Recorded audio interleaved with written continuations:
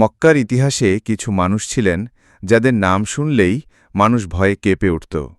তাদের মধ্যে সবচেয়ে ভয়ঙ্কর ছিলেন হজরত ওমর ইবনে খাত্তাব রাদিয়াল্লাহু আনহু। ইসলাম গ্রহণের পূর্বে তিনি ছিলেন কুরাইশের অন্যতম প্রভাবশালী ব্যক্তি, কঠোর স্বভাবের, শক্তিশালী এবং নির্ভীক। তার হাতে তলোয়ার মানেই ছিল মৃত্যুর সনদ। ওমর রাদিয়াল্লাহু আনহু প্রথম দিকে ইসলামকে সবচেয়ে বেশি বিরোধিতা করতেন। মুসলমানদের উপর তিনি নির্যাতন চালাতে দ্বিধা করতেন না। তিনি মনে করতেন মোহাম্মদ সাল্লাল্লাহু আলাইহি ওয়াসাল্লাম মক্কার সমাজে বিভেদ তৈরি করছেন। তাই একদিন তিনি দৃঢ় সংকল্প নিলেন তিনি স্বয়ং মোহাম্মদ সাল্লাল্লাহু আলাইহি ওয়াসাল্লামকে হত্যা করবেন। তলোয়ার কোমরে বেঁধে তিনি বের হলেন। রাস্তায় এক ব্যক্তি তাকে জিজ্ঞেস করল, হে ওমর, কোথায় যাচ্ছ? তিনি কঠিন কণ্ঠে উত্তর দিলেন, আমি মোহাম্মদকে হত্যা করতে যাচ্ছি, তার মাধ্যমে আমাদের সমাজ ভেঙে যাচ্ছে। লোকটি হেসে বলল, তুমি প্রথমে তোমার নিজের পরিবারের দিকে তাকাও।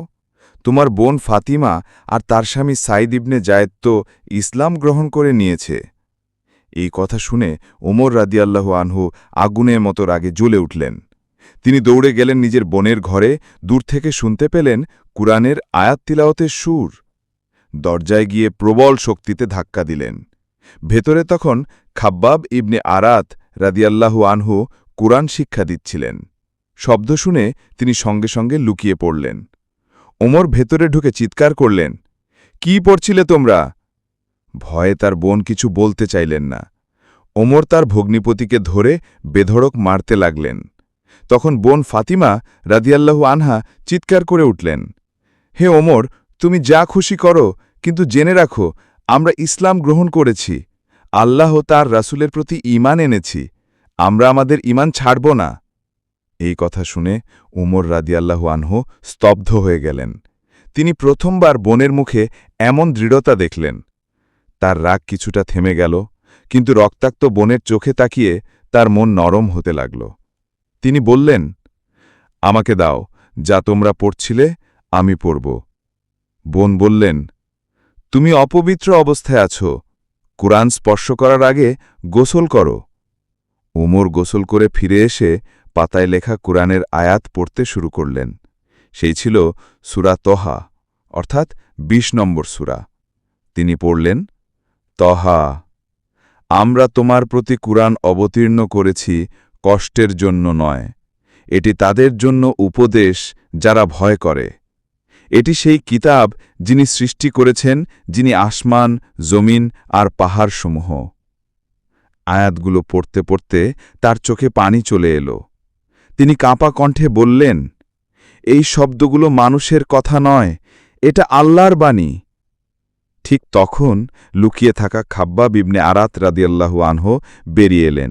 তিনি আনন্দে বললেন, হে ওমর, আমি তোমার ইসলাম গ্রহণের জন্য আল্লাহর কাছে দোয়া করেছি। মনে হচ্ছে আল্লাহ আমার দোয়া কবুল করেছেন। ওমর তখন দৃঢ়ভাবে বললেন, আমাকে মোহাম্মদের কাছে নিয়ে যাও, আমি ইসলাম গ্রহণ করব।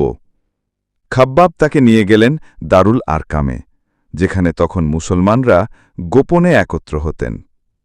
ওমর রাদিয়াল্লাহু আনহু দরজায় গিয়ে প্রবল কণ্ঠে বললেন, মোহাম্মদ কোথায়? ভেতরে সাহাবারা ভয়ে কাঁপতে লাগলেন, কারণ তারা জানতেন ওমর একজন ভয়ঙ্কর শত্রু।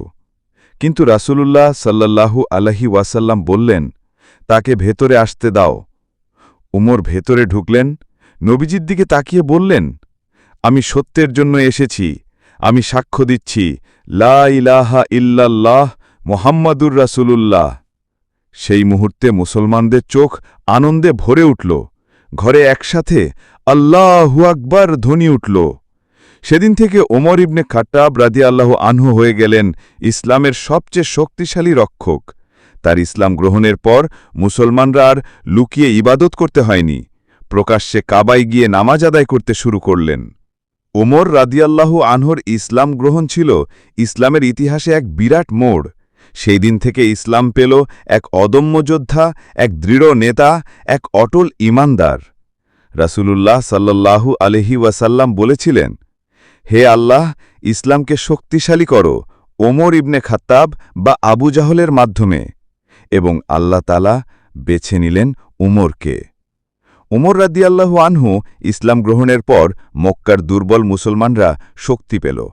তারা বুঝল ইসলাম শুধু দুর্বলদের জন্য নয়, বরং শক্তিশালী, সাহসী, নির্ভীক মানুষের জন্যও। তারপর ইতিহাস সাক্ষী, উমর রাদিয়াল্লাহু আনহু হলেন খলিফা।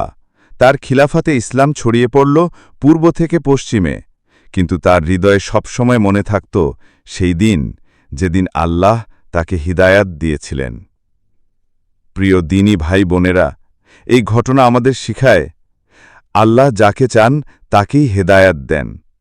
সবচেয়ে কঠিন শত্রুও আল্লাহর রহমতে ঈমানদার হয়ে যেতে পারে। কুরআনের বাণী মানুষের হৃদয় পরিবর্তন করার সবচেয়ে বড় মাধ্যম।